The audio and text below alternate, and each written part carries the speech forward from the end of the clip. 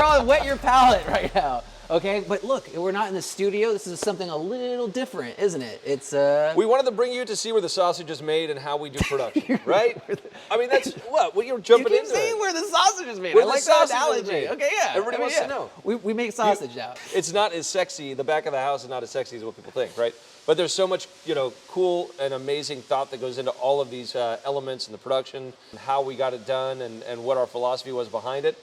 We talk a lot about that too.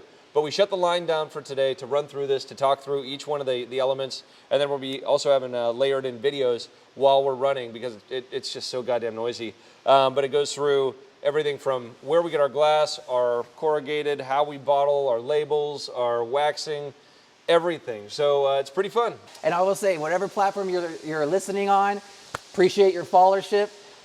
This will be really visually intensive. So, hey, maybe stop by YouTube and actually check out those things because it's going to be really awesome to follow along with Joe. Hey, I'm just going to act like, I'm getting off the forklift like it is normally, Oh, like you actually work here? It. I know how to work this thing, dude. Do you really? Are you certified? Yeah, dude, that's... You're not forklift certified. That's the clutch right there. Show me That's the way... All right. Yeah, we're here. We're actually doing it at the winery today. Thought this would be a fun thing to be able to show you really how the sausage is made, especially on the bottling line. And there's a lot to talk about from an entrepreneurship piece. So it's going to be a very visual episode, but we will describe everything that we're doing. So if you're watching this, it's going to be a feast for the eyes. There's a lot of cool shit in here. It's going to be fun. So welcome to Go With Your Palate with me, Joe Wagner, and my counterpart, Chris Fat Mario Rubio. We're talking about winemaking, bottling today, waxing some junk. That's what we do. Entrepreneurship and whatever the fuck else. So here we go. You know how it goes. You know the drill. So are we gonna do a wine tour also? Is this kind of like... Yeah, we're gonna do a wine tour because here's the thing. People are asking about wine tour. They want to know the stories. And when do you really get to hear it from the winemaker themselves? All right. You've done how many tours? Like 100? Hundreds. Thousands. Just like 100 or... Just 100, yeah. That's it, yeah.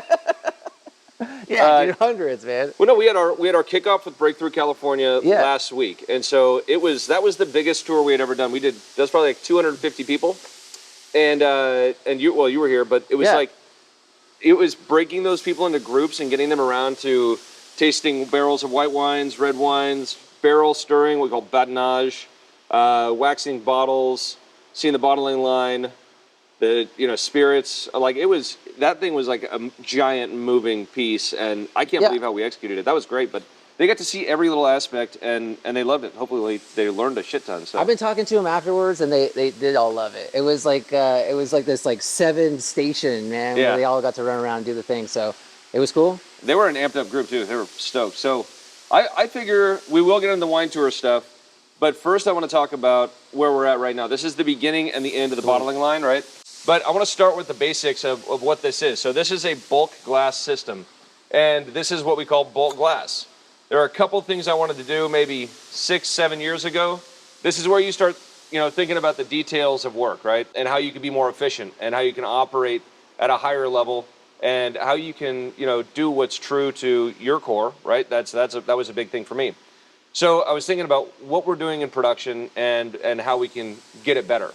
I wanted to do 2 things. One was I wanted everything to be produced, as far as packaging stuff, I wanted everything to be produced domestically here in the United States. Main reason being is that I've been able to go to other countries and other factories where they're making glass, where they're making corrugated, and seeing how they operate. And there are some places, I'm not going to mention any names, but there's a level of soot just layering everything for a half a mile around these facilities. Really bad work environments. And you got to think about it from the perspective of, we have a lot of regulation here in America, and I don't like most of it. Some of it's good. This is good, right? If you're making glass, you got to scrub all of the stuff that's coming out into the atmosphere, right? So you're putting clean air out into the atmosphere. You're catching all the bad shit.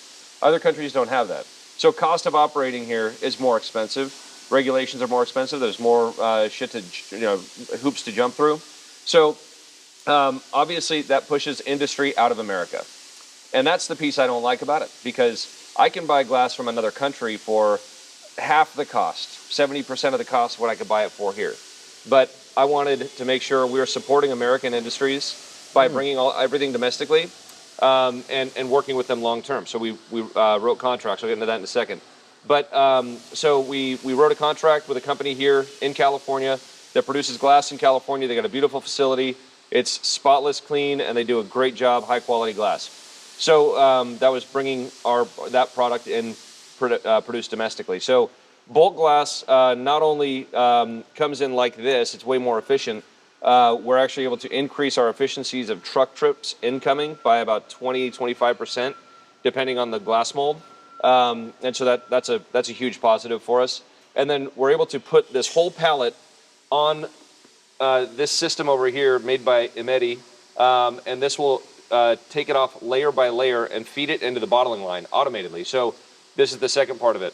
I wanted anything that was not qualitative to our product, right? The quality of our wine was not going to be sacrificed.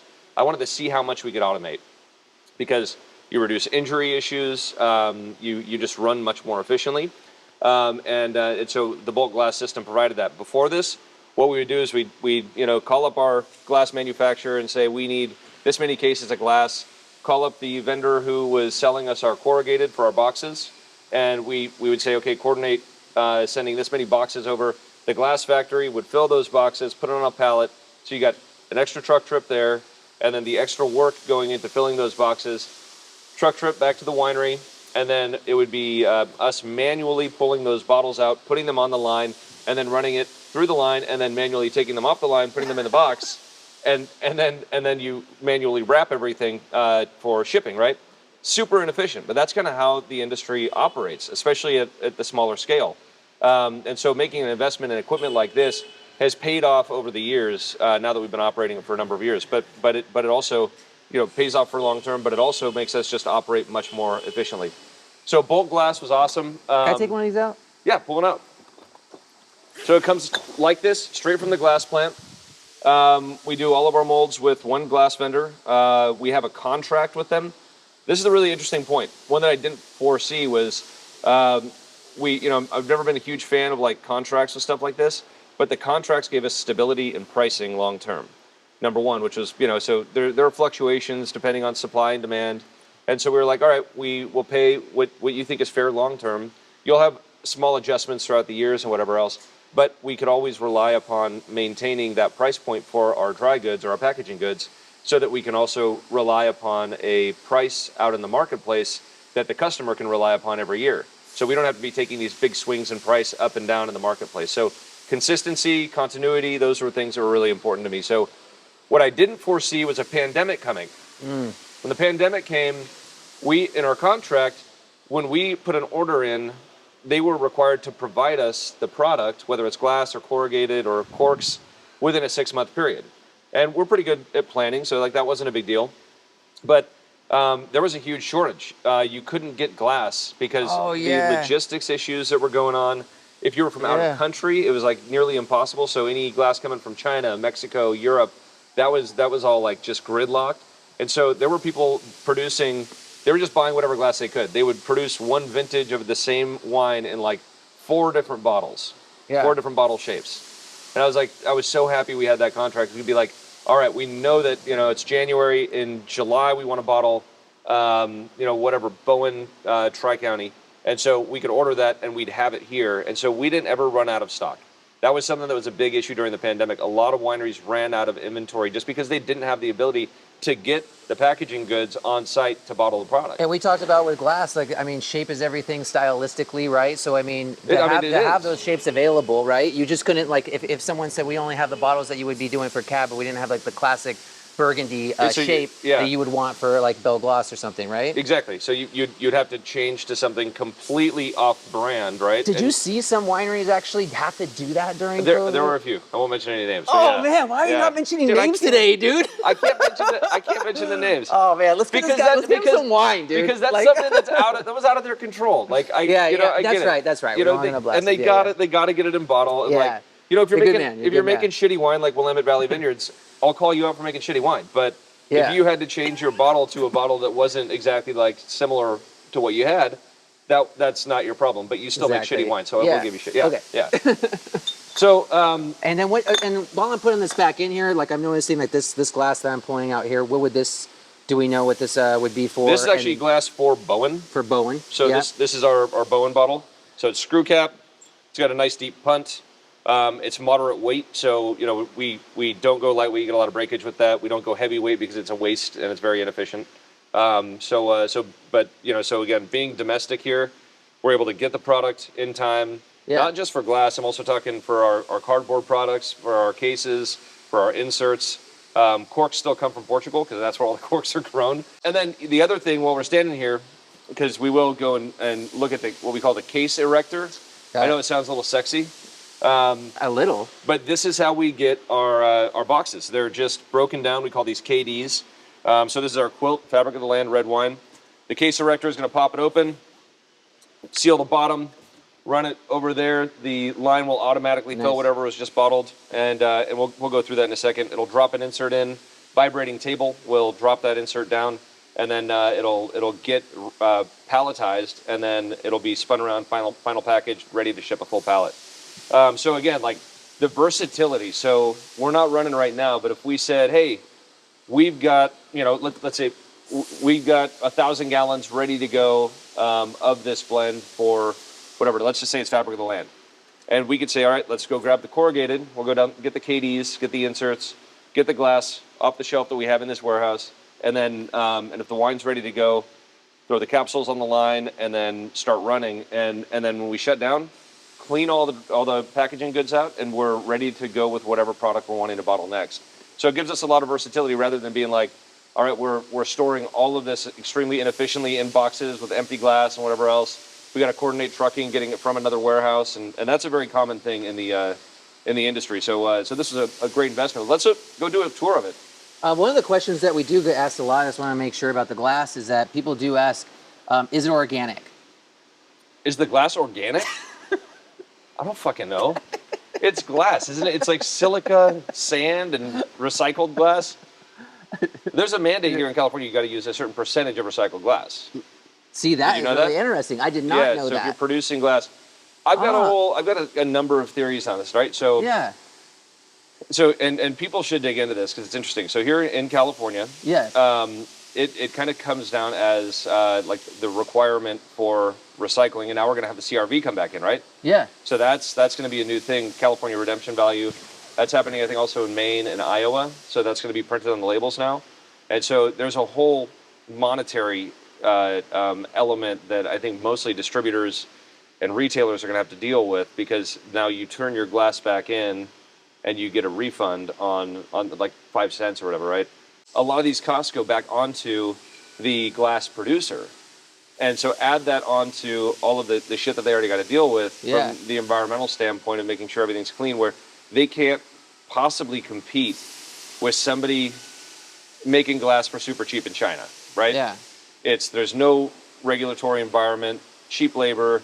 The only cost that they have that is added on compared to somebody producing it here in California is the shipping. Yeah. And that's pennies compared to what the cost increases are here. So again, pushing more industry out of the U.S., not just from the bureaucracy of our government and regulations and environmental sensitivities and that stuff. I agree there are some benefits that we need with those things. Why can't we mandate those things on other producers from other countries? Because if your product is coming here, this is where everybody always shits on America. Yeah. It's like, take our goods. But it's not reciprocated in the same way. It's like, I think that we would have a much more competitive advantage in the U.S. if we were mandating that other countries were doing the same thing or something similar, or as small as putting tariffs on. It's like, unless you do this, and we have one of our people in there making sure you're doing it the right way, you're going to get a tariff at this level versus this level. So you got to incentivize other countries, other companies in other countries to do it, to retain business here in America. Because soon enough, it's going to feel like we're not going to have any industry in America because it's so goddamn cheap to do it somewhere else. You got to look yourself in the mirror and be like, am I willing to bite the bullet and pay that extra cost to make sure that I'm doing what I think is right for our country, our community, and our business? And that's all part of it. Joe for president, 2028. You heard it first here. Go with your palate. I like that. No, but hey, no, it's a good point. This is like good stuff for people to know and everything. I know. I don't think people really think about that stuff. And it is really an important thing when you're running a business to think about that shit, because it is real. Yeah. And you can use it in marketing. Going back to the business side of it, like many people won't care. They're just going to be like, quality, price, package, I like it, I'll buy it. But when you add on those things, like your philosophical elements that you believe in and what you employ in your business, it does make a difference to some people. I think it's actually more people than we think. Yeah. But those little tidbits of information are, what separate you. You can say like, yeah, we're fully sustainably farmed. That's going to mean something to somebody. Being fully domestically produced and made, and every product or almost every element of what goes into our packaging being domestically made, that's going to mean something to somebody. Yeah. So you got to have all of these elements that are at play, because it's going to be important to somebody at some point, right? And that's going to be your jump ball. That's going to be what gets you that business, what wins you that sale, what wins you that partnership, whatever it is.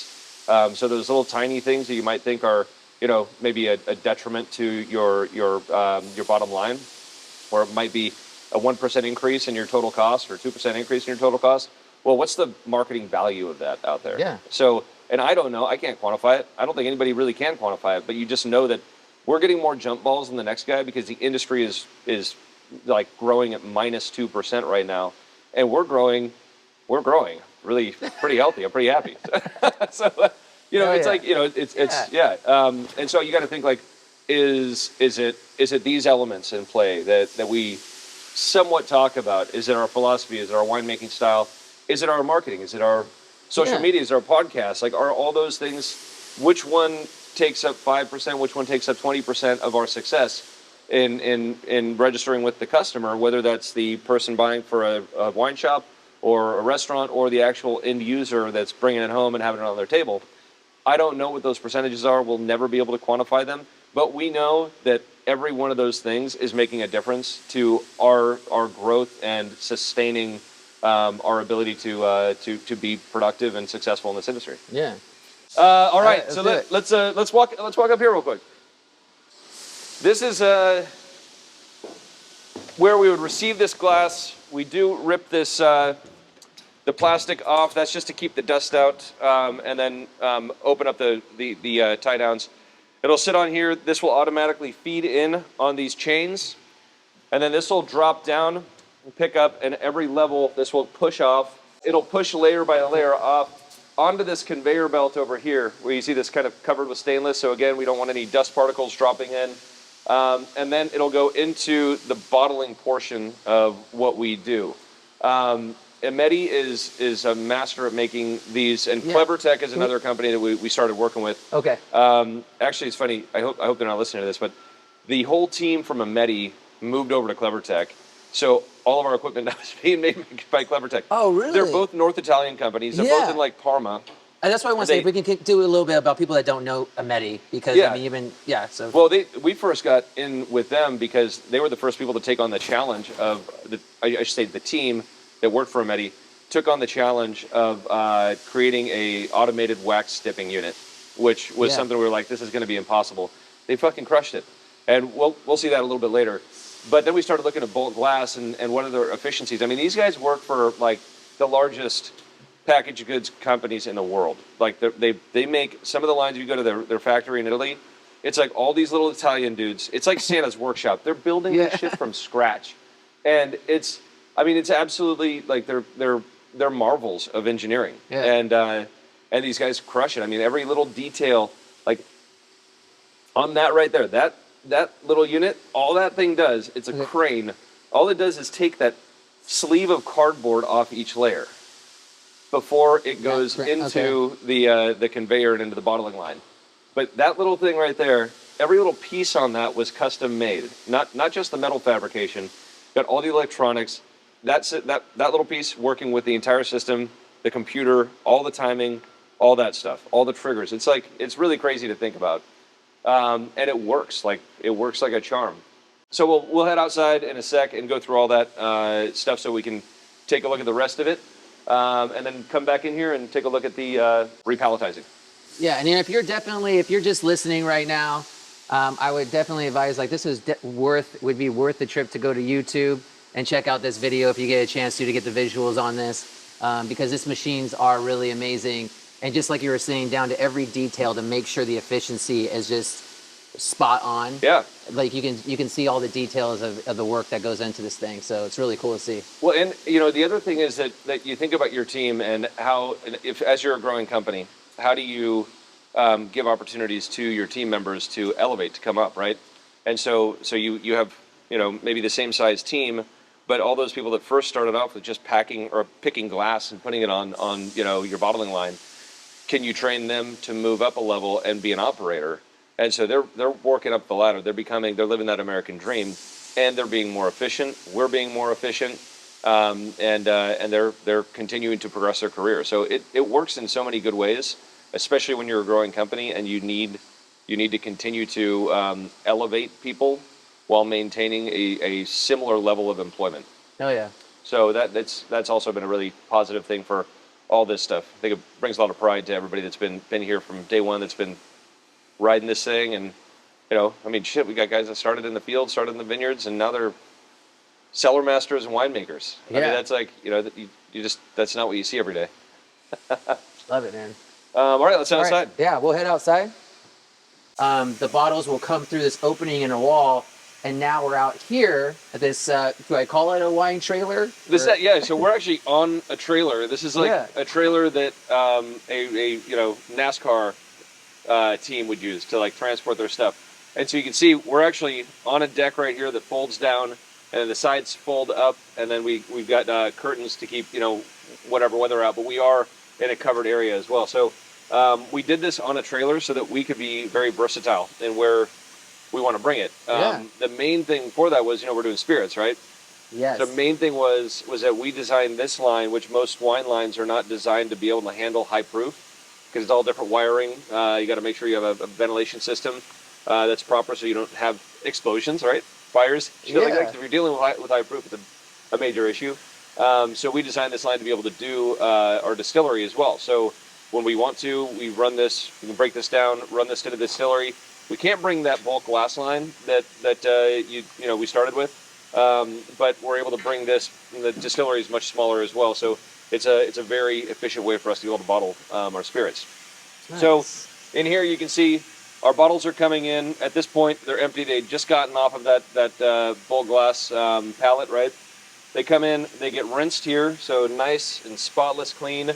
And you can also see there are these screws, and these screws are really, every bottle has a different change parts to make sure that it's going to be set into each item or each piece of equipment properly. Yeah. So you want to make sure they're spaced out correctly depending on the diameter of the bottle, that sort of thing. So this is going to get rinsed, and then it's going to come over here to our filler.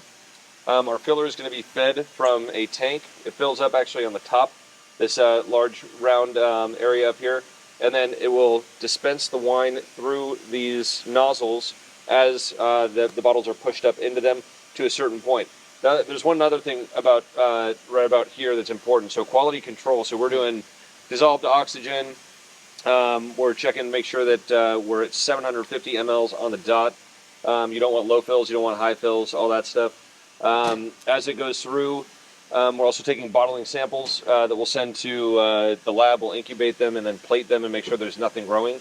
That's an important part of it, making sure that our wines are clean. We've never had an issue with that because we're a clean wine making team, and we intervene in our winemaking. So I hope that's okay with everybody that it's clean. So again, now you got a system here that has actually two different elements to it. One is a corker. So if we're running, say, Bell Gloss, Quilt Reserve, we're going to be running a cork in it, right? So you have a basket that's going to hold all those. Same thing with the screw caps, or what we call the whack closure, and that's going to go through here. So you're either going to compress the cork, push it in the bottle at whatever level you want it to be. You can depress it a little bit more. We like to keep it flush because we're going to apply wax at the end, and we want the pull tab to be able to go nice and cleanly into the top of that cork. And then the screw cap here, this will torque it down, so it'll spin it down because we use the whack that already has a pre-threaded insert in it, and then it's going to compress the bottom of it, what we call the tamper-proof ring. So you know that it's not just going to slip off, and if you take it off, you're going to see that it's got a break in the seal. Yeah. So I want to make sure that we have that. So That's the screw cap applicator.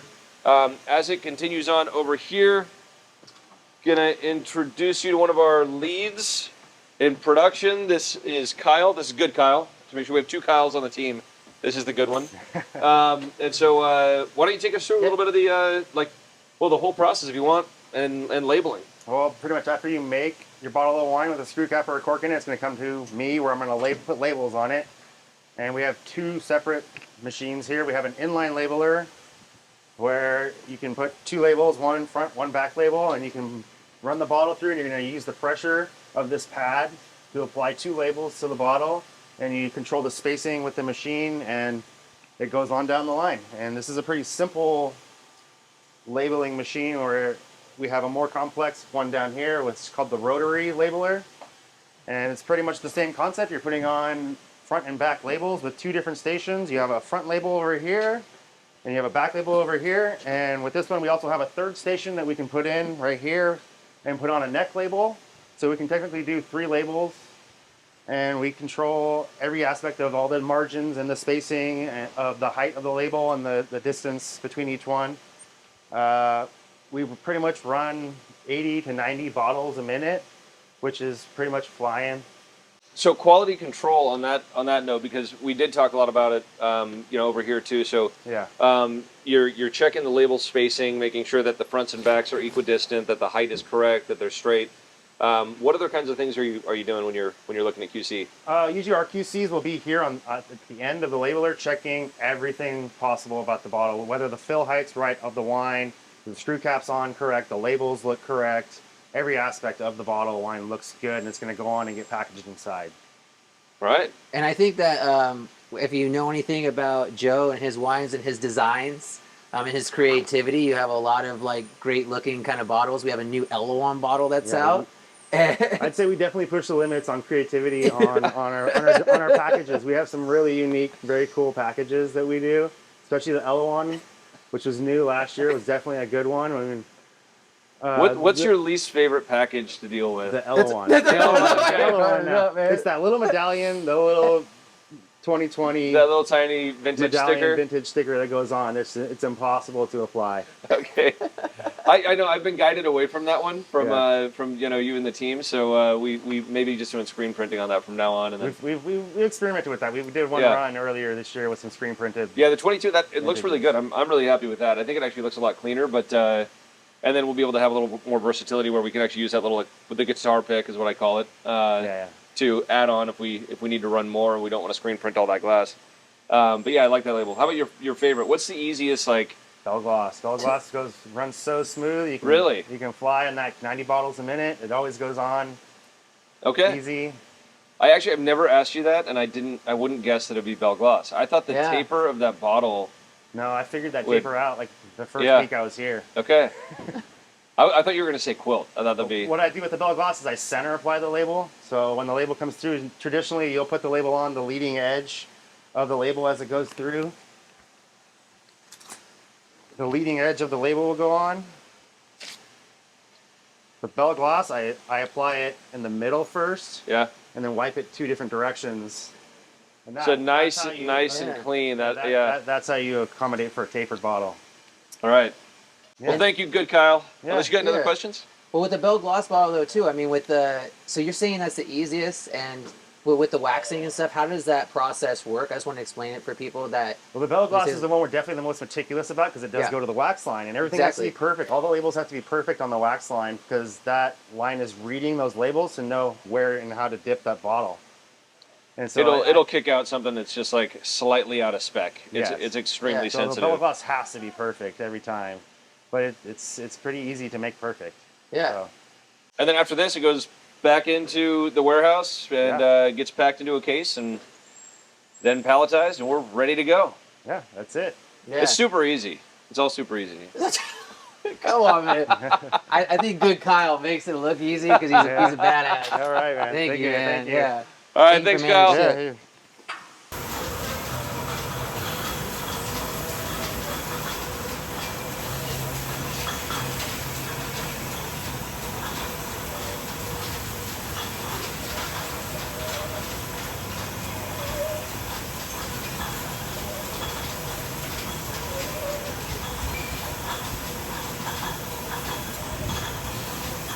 we're at the back end of the bottling line now. This is the case erector. I know we were talking about that earlier, where we got our KDs. Here's the fabric of the land KD. This goes into our magazine, and what'll happen is this little guy right here is simply going to erect the case, seal the bottom with glue, and come over here, and it's going to come out looking just like this, an empty box, right? Nice. Okay. So what's going to happen next is this fully bottled. We got cork, capsule, whatever, label, wine and bottle, fully bottled bottle of wine, ready to go. This guy right here is automatically going to move down this conveyor belt. The wine bottles are being separated right in here, getting ready to be picked by these heads over here. That will pick up a number of bottles of wine at the same time. I think it's 3 cases, and it will drop it right into that empty box. There's no divider at this point because you'd be probably crushing a divider if you already had it installed in there. Got it. So after it puts those bottles in there, it's got a short run where it comes over to our divider insert. So these come packed just like this. And there's a couple things about this, actually. I know it doesn't seem very cool, very fancy, but these are very minimal for what we need. So we were able to reduce the amount of cardboard we need for these. The cardboard I started with, they were full length, all the way up the side of the same height as the entire case, right? And also the same width. So now we've just got this little thing just to be able to separate them enough.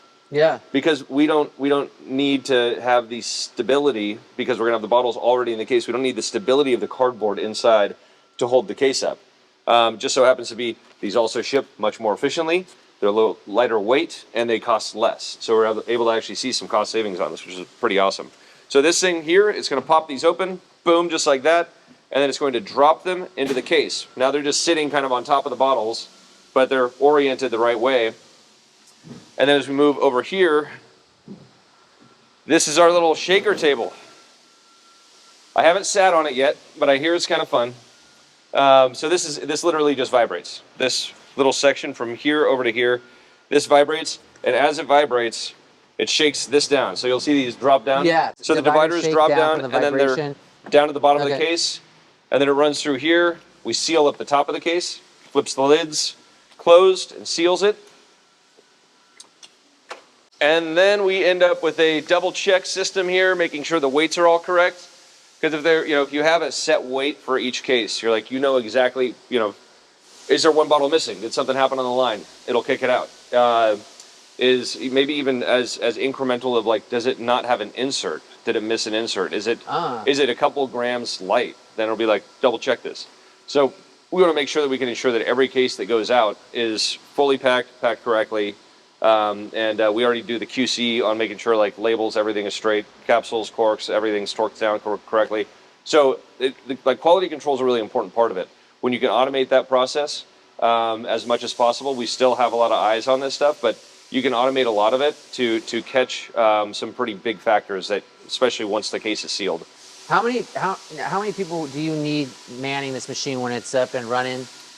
For the efficiency of it? It's about 6 people. You're looking at forklift, making sure labelers are in registration, doing quality control, pulling samples, fill heights, all that stuff, and making sure everything is full of the magazines and the feeders for any of the products. So I'd say you run 6. We probably run a little heavier than that most of the time, and that's just on the bottling side. That doesn't include winemaking and getting all the wine ready. Yeah. But that's just the actual production of getting that wine into bottle and onto pallet and in the warehouse. Yeah. Yeah. This guy right here, this just labels them. So we've got what we call an SCC code. This is more or less our product code. So when it goes into another warehouse, like a distributor's warehouse, they'll have a code on our product, which you can see. We're running Bowen. That's why I'm just going to pull one of these off. So we were running our Bowen 2022 Russian River Valley Pinot this morning. So you've got this code right here. On our actual cases, we have a barcode, so that'll be registered to any other warehouse, any distributor warehouse, so they can scan it and double check and make sure that if they're having a product that's going out to whatever store, whatever restaurant, that they have the right product. So there's a lot of checks and balances. But this is just our product code, and this tells them exactly what it is from kind of a legal wine standpoint. So it's more or less a non-glorified wine label.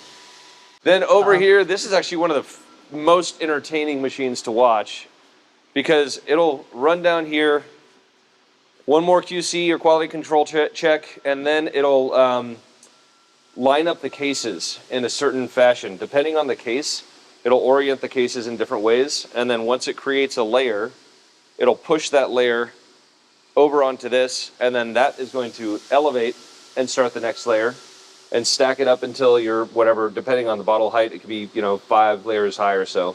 And then it'll take that whole palette, and we'll see the palette magazine out there, and then each one gets topped with this level or a layer of cardboard as well, just like we had at the beginning, so reuse. And then it'll push it out here, it'll wrap it nice and tight so it's ready to be shipped, won't be moving around on a truck, and then you deliver a whole pallet out to the other end, and the same forklift that is putting bulk glass on the line is pulling finished product off of the line, ready to go into the warehouse, ready to be shipped out to whatever distributor. It's good to see the whole journey along the way, that every little detail is taken care of, and how important that is for like the final product of this being like put out. The engineering is awesome. The quality control gives us so much security, and we're elevating, the facility, elevating, the people's lives at work here. I think every day, just because it's a better environment to work in, way fewer injuries as well, much more of a comfortable environment. You're managing something rather than trying really just being a worker bee, constantly moving, all that. So it's a good progression. Yeah. And the technology's out there. The funny thing is, we don't have a lot of this technology in the U.S. Not being made in the U.S. Like this is all, it's Europe, Asia. That's where all the technology is. Italy is really one of the leaders, I think, when it comes to automation. Yeah. Like those guys don't mess around, and I think it's because, from what I've heard, in the EU, but I think maybe some countries are different. You really you're not allowed to fire people. You can only eliminate their position. Is that like a trip to the train station kind of thing, or someone with the fishes? Yeah, that's it. I can say this joke because actually we're both Italian. That's why I throw it out there too, right? I mean, is that why you chose Italian machinery? Giuseppe, I don't know what happened to me. I love your accent when you get back to your roots with that. But no, that's one of the things. That was a producer in France actually told me that. Like we can't fire people in most countries in the EU. They're very strong labor laws. Yeah. You can only eliminate their position. So that's why. And this facility was it was insane. It was. Well, it's kind of like California. Yeah. Yeah. So it was like everything was automated. It looked like you walked into a James Bond movie. You had dudes in all white, just on a control panel, and that's all they were doing. Nobody was touching anything, and you're just like, holy shit, this is insane. I've never seen anything like that. Still to this day. Yeah. It was a major champagne house, but dude, that line was crazy. It was actually to the point where all their underground caves where they were doing tirage for their champagne. Yeah. All automated. So we went down to their caves, and it's dark. There were robots that were moving the crates of champagne that were going into the riddling racks. And then from riddling racks up to the bottling line. Yeah. And they had to turn the lights on down there. And it was like, well, how do they charge? They recharge themselves. Once they get down to a certain point, they go into a dock and they charge. Oh my gosh. When I say robots, they're little 4-wheeled carts that have picker hands on them. Yeah. Yeah, it was wild. I mean, dude, it's happening, man. It started with the AI. little rover, the little vacuums. You know what I mean? Just going around. Now they're riddling. The Roombas. The Roombas. Fucking Roomba dude. ruined everything. God damn it. So we were talking about Ameti. Yeah. So the way we found Ameti first was the wax line. So we were running all of our products by hand, right, to get it all waxed. And it was working okay, but it just wasn't as efficient as we thought, and it wasn't as consistent. So we thought, how do we make this very consistent and working well for us, and also to be like a lower cost of doing it, and a safer work environment, because you're dealing with a 225-degree wax. Yeah. And Medi came up with, they first showed us they could do it with one robot head, and then we kind of designed the whole line out. We'll look at that in a sec, but it's been an awesome machine. It does about 60% of our waxing, so it doesn't do all of it. We do about 40% still by hand. But this thing works like 24/7. It doesn't ever sleep. Robots don't sleep. What's its salary, or does it get paid by the hour? Yeah, we pay by the hour. Yep. So hand one and hand two. Yeah. But over here, so this is our rework station. So we were talking also out of the bottling line about quality control. If labels are not perfect, these systems, like the FT system here, it'll flag it, pick it out. It's got to be manually checked. And every detail from alcohol percentage, the words on the label, the positioning of the label, all that stuff. If there's any issue with that package, after waxing it, it'll get kicked out and have to be reassessed. So this is how we receive the wax in these kind of gold bar formats. And we just toss it into a giant crock pot and you melt it. It's about 225 degrees. This is like the same wax you'd use for an esthetician would use. I'm sorry. What'd you call this station? Waxing station. Because I thought it was rework. I thought it was your TikTok station. Just so you all know that follow from time to time. Joe the winemaker on TikTok and Joe Wagner official. I'm plugging you, dude, on Instagram. This is where we do all the shoots. Mostly, I would say the majority of it is right here, where all the magic happens. Please keep subscribing to our podcast. Please. Don't worry about the TikTok. Yes, please. All right, so the pull tabs, and we'll get into this like later. You know about the pull tabs. We're on generation 4 of these, and we're moving into generation 3 of the wax, so always trying to upgrade, always trying to do something a little bit better. All right, so I'm just going to do a little display here, because you get to see this, all right, and then take a look at the machines and how it works. So front label, facing down, about a 45-degree angle, wham, bam, boom, and let it drip off the tip. So it takes about 35, 40 seconds per bottle. Yeah. Typically, to do the whole process. And if you're just listening right now, Joe is just doing a classic dip right now. We're just watching how he does it so easily. He doesn't really. You're like looking at me while you're doing it. I've only done a few of these, man. I mean, and then you bring it up, you break that bead of wax off, let it round off on the tip, drop it into a cold bath, and this is like 5 seconds to make sure that the shape sets. Like, one thing people are always curious about, number one, they're like, isn't there a trademark issue with Maker's Mark? I'm like, no, people have been using wax on wine for centuries. Like, yeah, and I think, and then the wax dip is completely different. Now we have a trademark on our wax color, yes, and our wax dip style, and so that's another thing I think from if you're in business and there's something that you have that's proprietary that you've created that you have that's unique, whether it's as simple as your name or a tagline, a phrase, or a product, an actual something visual. It's important to protect those things. If you develop them, they can easily be stolen and capitalized upon by somebody else, and you want to maintain your individuality. I think it's also good to note, too, that you've actually had conversations with the Maker's Mark team regarding different wax and stuff like that, right? Yeah. That was like a cool story. So I think it is also funny, people can chime in. You love the haters. Have I told that story? You actually did it on an awesome podcast, Drop the Check, which people should check out as well. Oh, but yeah, for people that hadn't heard it, I mean, real quick, but I thought that was an interesting story. Because so before we had these pull tabs, we didn't have anything. We were putting like a little piece of like a label on the top of the cork so that the wax didn't adhere. Yeah. And that was it. And I saw Maker's Mark had like, it was more of like a tape, but it was reinforced tape. Yes. Like it had string inside the tape. Yeah. And they'd leave a little like bit hanging off the end. And then that was where the cork and the bottle met. And you'd rip it off, and then that's it. And I was like, man, I like that. Like, so I call up Maker's Mark, totally surprised, like, can I talk to the production manager? And they're like, oh, yeah, let me put him through. And this dude, he's like super Southern draw.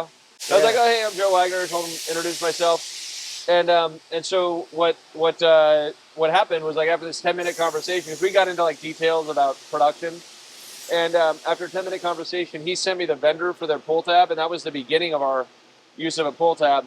and then they got our vendor for the wax because our wax was a better quality wax, and so I think from what I heard, they switched over to so whoever was at the old wax company fucking hate me, but it was a better quality wax, and so we had been using that wax since probably 2008 or 2009. And we're just about to release our new wax that cuts like butter. This stuff is absolutely amazing. So, finally got that down. But it's also like, again, from like a entrepreneur side of things, you got to listen to your people out there. Yeah. And like when I say people, I'm saying like the people that are actually interacting with your wine the most. So if you're a bartender and you're pouring Bell Gloss by the glass, and it's like you go to that dude or girl and you're like, hey, what could make this better? Yeah. And they're like, fuck, I love the wine. I hate the package. It's such a pain in the ass. You're like, all right, what if we tried this, that, and the other thing? And like, you get that they buy into it then because they see the benefit that you're putting the effort into making something better for them. Yeah. And it's like, it's a win-win. Oh, for sure. But you got to like listen to the customer. Like, and if that's your gatekeeper, that's not only your customer, that's your gatekeeper. The customer, the end user, they're not even going to have a chance to try it if the gatekeeper's like, no, I don't want that on my bar. Yeah. Yeah. I think it's also great to note that it's also about networking and working with working with others, which you just did. It was two creators coming together. You gave them some tips on wax. They're giving you some tips on Scrooge cap. So both being successful. I want to show you how Maker's Mark does it, okay? So ours takes about 30, 45 seconds. I actually like their wax dip, but it's like, so, I like doing it like this, or I double dip it just to get a thicker coat. Nice. And then you spin it really fast, and then drop it down.